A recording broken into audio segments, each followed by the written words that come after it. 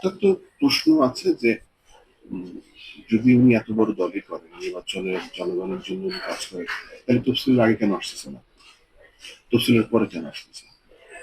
এবং অনেকে মনে করে যদি উনি নাও ফিরতে পারেন, যেহেতু ওনার মা এখন অসুস্থ, অনেক অসুস্থ। না, এটা এটা আমি দৃঢ়ভাবে বলতে পারি।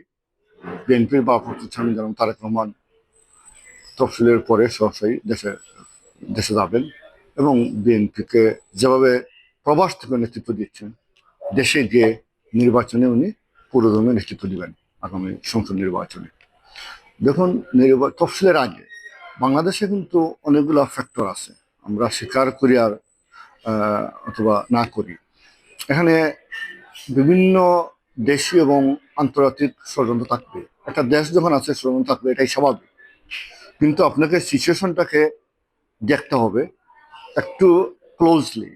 কিভাবে দেখেন, আমরা বিভিন্ন সন্ত্রাসী গোষ্ঠী, বিভিন্ন পত্রপত্র আপনাদের মাধ্যমে আমরা জেনেছি যে সুব্রত বাহিনী সহ কিছু গোষ্ঠীকে দেশি বিদেশি চক্র মদদ দিয়ে আগামী নির্বাচনে এবং নির্বাচন পরবর্তী সময়ে অনেকে টার্গেট করার চেষ্টা করতে পারে।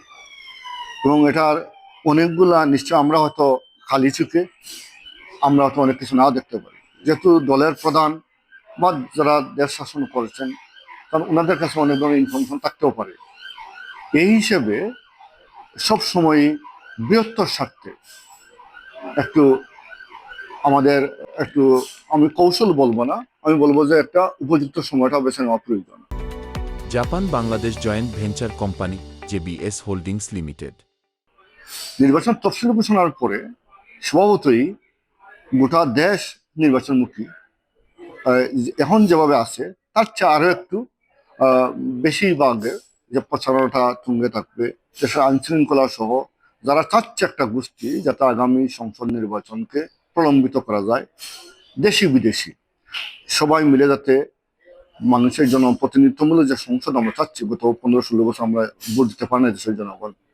তো এর বিরুদ্ধে যে চক্রটা আছে, এই চক্রকে উত্তরাতে হলে তফসিল ঘোষণার পরে আরেকটা ধাপ আমরা উন্নীত হব।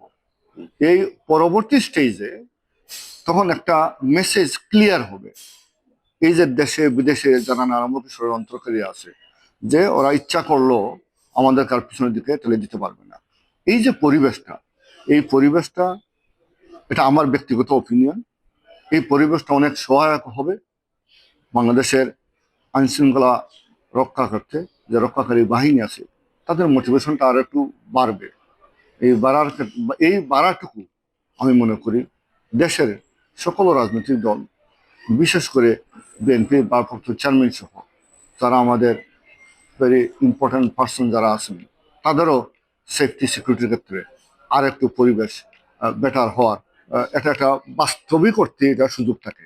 তো এই হিসাবে এই যে তফসিলের পরে যে পরিবেশটা শুরু হবে, এই পরিবেশে ওনার ফেরাটা মানে যৌক্তিক এবং এদিক থেকে সেফটি সিকিউরিটিটা সব মিলিয়েই এটা এটা আমরা উপযুক্ত সময় বলে